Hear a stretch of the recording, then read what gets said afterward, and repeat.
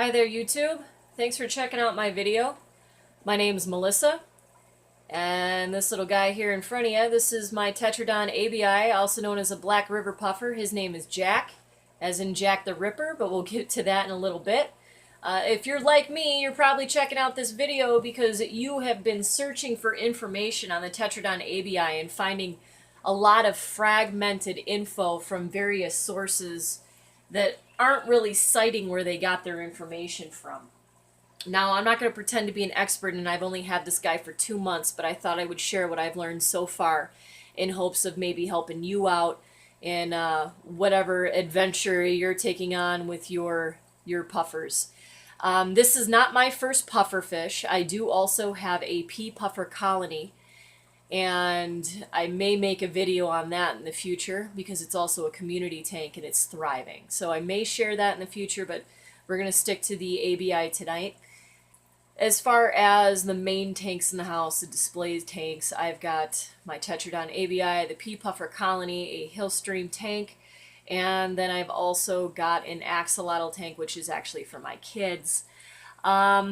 Aside from that, I have a crayfish colony in the basement, 2 snail tanks, and what else? I'm missing some stuff. Guppies, and then other various live food sources for the fish, including white worms, red wigglers, vinegar eels. All of those I've been able to successfully culture. But let's get back to the Tetraodon Abei. So their origin is the Mekong River, and that is not very specific. If you look into that area, that is gigantic. That is, it covers a massive range. But they do have to be kept in tropical conditions. So he does have a heater in this tank, and it is being kept at, I believe, 76 degrees, 78 degrees, and he's fairly happy about it. As far as water parameters go, I will do a water test across the board, and I will probably put a picture of that on the screen somewhere here in the video so you can see what the water parameters are.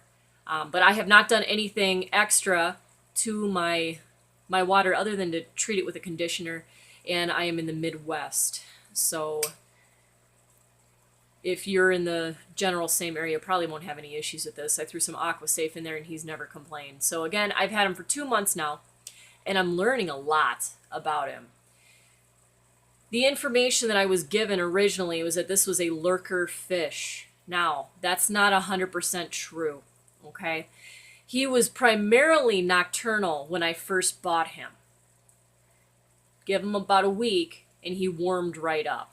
He no longer was only coming out at night. By the way, any snails that you have in your tank, they're going to destroy them, okay? Don't keep any ornamental snails in there, only snails that you intend to feed them. And that's not a big deal that he destroyed them. All I had in here was Malaysian trumpet snails, because originally this was my pea puffer colony, and I used Malaysian trumpet snails, as a nocturnal cleanup crew, along with some coolie loaches, okay? So he completely polished off the Malaysian trumpets that were left in this tank. That being said, you can also see that there's other fish in this tank now, okay?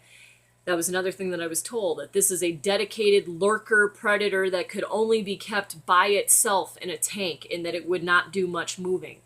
My local fish store did not know much about this fish. In fact, they knew nothing about it at all.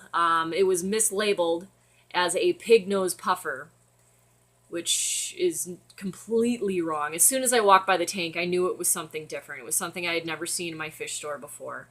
And I was already in love with him because as soon as I walked up the tank, he puffed up. He puffed up, and that was it. I called my husband. I'm like, all right, we need another tank in the house. We're going to move the pea puffers. And I didn't get a single argument out of him. So, of course, I brought him home. After it took about an hour with me and their fish guru at the local fish store to identify him as a Black River Puffer, which, again, was just the common name. It did not give me much information. But the Tetraodon Abei, the scientific name, gave me just a little bit more. He was supposed to only reach about 4.5 inches. Well, I bought him at 4 inches, and that was 2 months ago, and he is probably close to 5 now. So he has put on some size, but he eats very well. I feed him daily, either live or frozen foods. And I'll get to his foods in a minute too. But as far as the size goes, this is something that's making me raise an eyebrow, because the majority of these, again, fragmented, potentially unreliable sources are saying that this fish maxes out between 4 to 4.5 inches. Well, today I stumbled upon yet another source, another YouTuber, that stated that these guys can get between 6 to 12 inches long. Well, clearly this tank will not accommodate him. And if he does continue to grow beyond what he's at now, he will not be staying in this tank. He will be getting a bigger tank. We're not going to get rid of him. We will find another place to put him. So whatever comes of that, we'll see. And maybe I'll do an update in the future if we up him. I am regretting the 20-gallon hex, which is right here. I would have preferred a 35. Now that I have him in here and he has already put size on. I bought him with the assumption that he was already full grown, and that is not the case. Now, for the other tank mates that are in here, again, he's named Jack, but as in Jack the Ripper, the serial killer. And the reason he earned that was when I switched the pea puffer colony out of here, I could not capture all of the coolie loaches.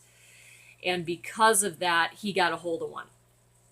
And it was very, very quick. There was nothing I could do to stop it. He found it. I saw him find it. He bit it. And he instantly spit it out of his mouth. It was not anything he wanted in his mouth. And he just stared at it and kind of watched it bleed. So I removed the coolie loach from the tank and put it out of its misery. Aside from that, the other reason why we gave him Jack the Ripper as his name was because he stalked every single Malaysian trumpet snail that was in the substrate. He stalked it and killed it.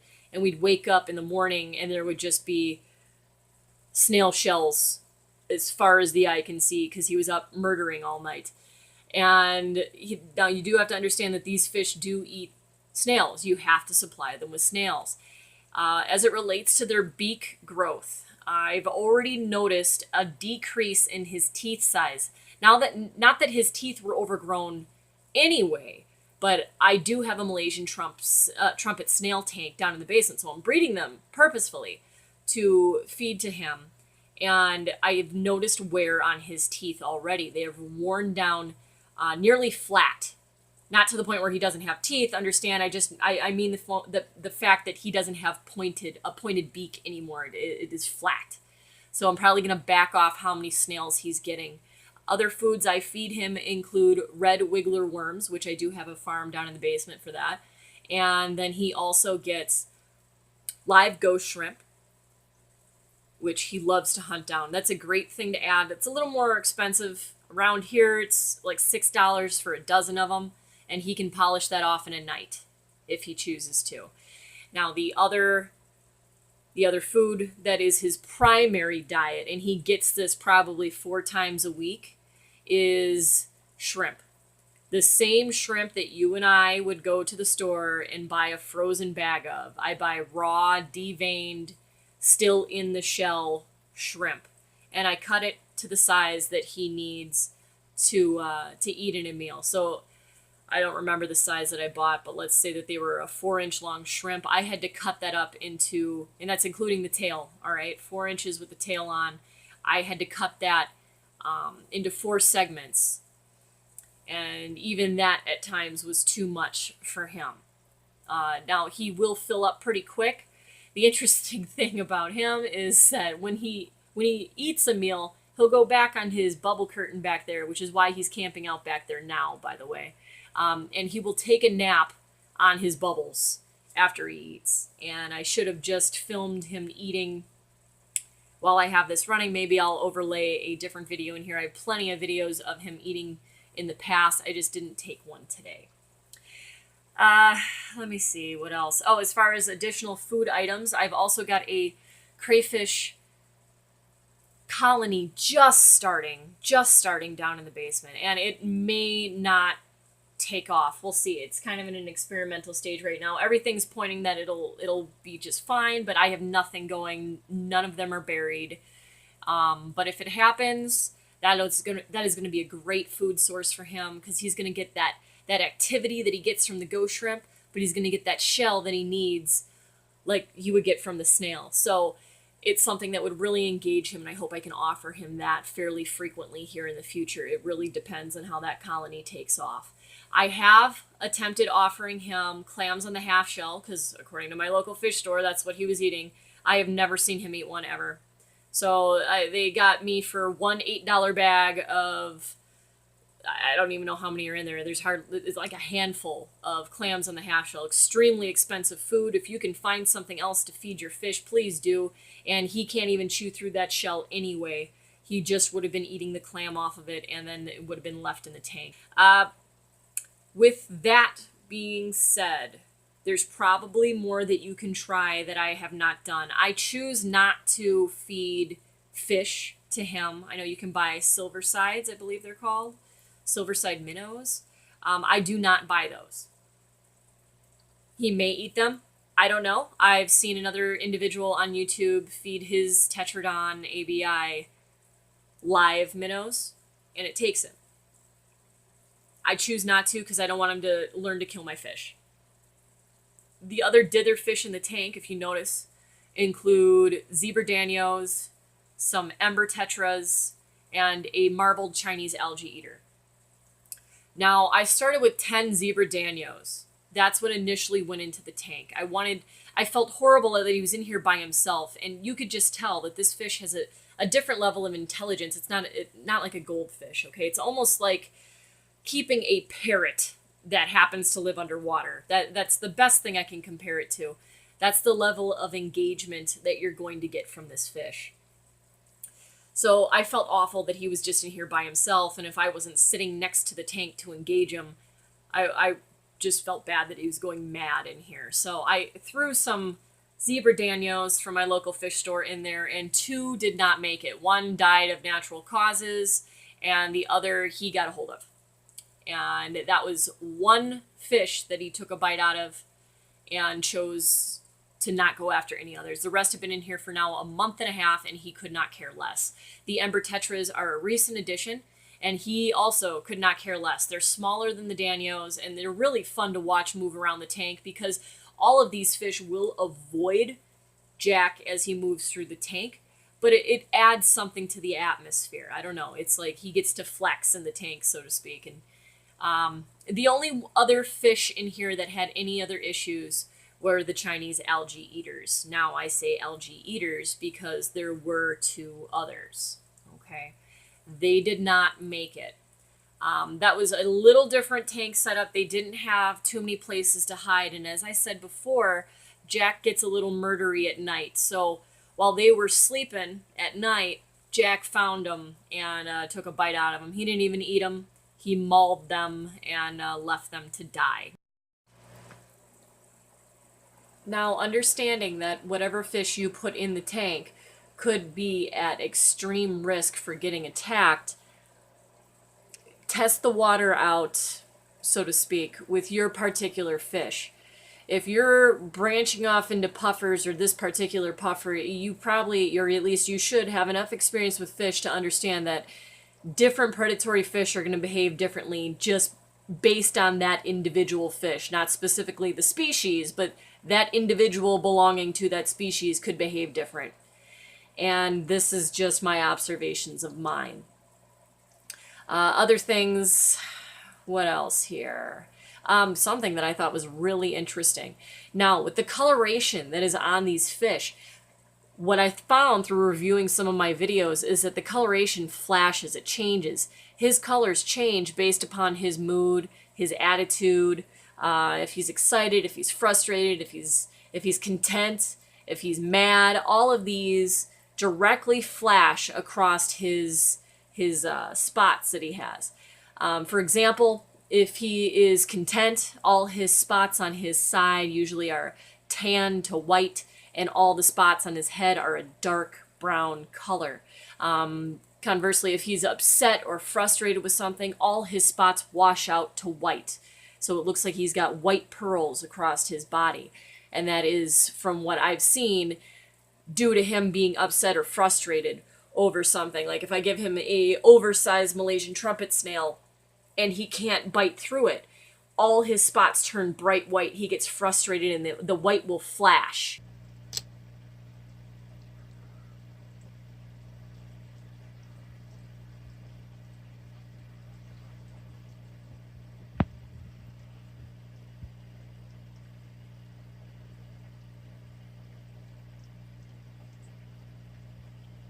And another one that I've seen with the frustration, I swear it's almost like a reaction to seeing his own reflection in the glass. That's the only common denominator that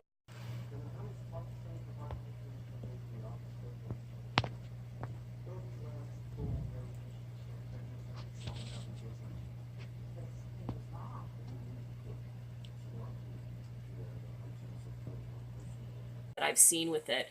All of his spots across his body, top, side, everywhere, turn bright white again, like he has pearls across his body, and he will puff up or charge at the glass.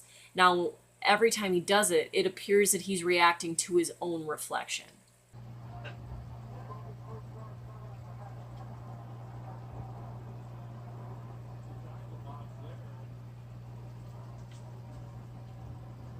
To his own reflection. Like he's doing it right now in the corner of the tank.